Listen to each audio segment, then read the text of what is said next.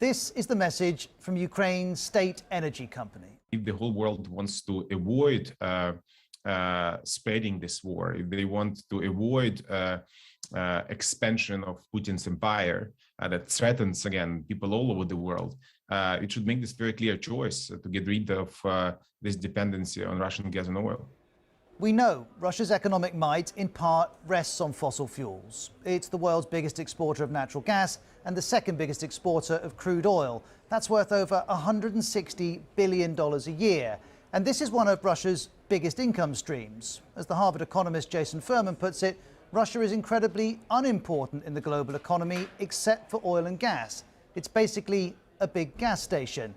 And being a big gas station, in part, is what funds Russia's military. It's one of the largest in the world. Russia spends $62 billion a year on it. And Europe is acutely aware of the funds provided by gas because it buys an awful lot of it. Russia supplies 40% of the European Union's natural gas, and now the EU wants to do something about that. We're doubling down on renewables, which are the smartest and the cleanest solution to create independence from Russian energy sources. Renewables include wind power and solar power, but at the moment they make up just over 20% of the EU's energy mix. That cannot increase overnight. Europe has taken action on a new gas pipeline called Nord Stream 2.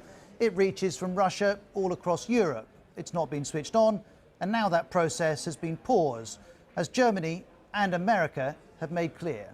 Because of Russia's actions, we've worked with Germany to ensure Nord Stream 2 will not, as I promised, will not move forward. Nord Stream 2 may be gone for now, but Russia is seeing possibilities elsewhere. Pakistan's Prime Minister Imran Khan says he wants more Russian gas. And as Russia looks to Asian markets, it's taunting Europe. The former president, Dmitry Medvedev, has tweeted, "Welcome to the new world, where Europeans will soon have to pay 2,000 euros per 1,000 cubic meters." He's expecting prices to double, and the EU accepts that prices will rise. There's going to be turbulences on the markets of energy. It's easy to understand. It will happen. It's happening. And it will increase prices. And prices will be paid by consumers. Wholesale prices are already moving. Since the invasion, they're up by over 30%. Now, the UK is not as exposed to this as the EU because its energy mix is different. And don't forget that in the UK, we've been able to reduce our dependency on Russian gas very substantially. Only 3% of our gas supplies now come from Russia. UK prices are still likely to rise, but for Europe, the challenge is harder. And there's an uncomfortable truth.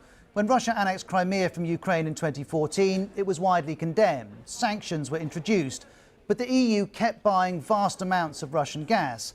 With Nord Stream 2, it planned to buy more still, which means that as Russia bombards Ukraine, the military might we're seeing in part connects to the economic might that gas and oil exports provide. Europe knows this needs to change. Why it hadn't done so already is one pressing question. Whether it can do so now without crippling price rises for everyone is another.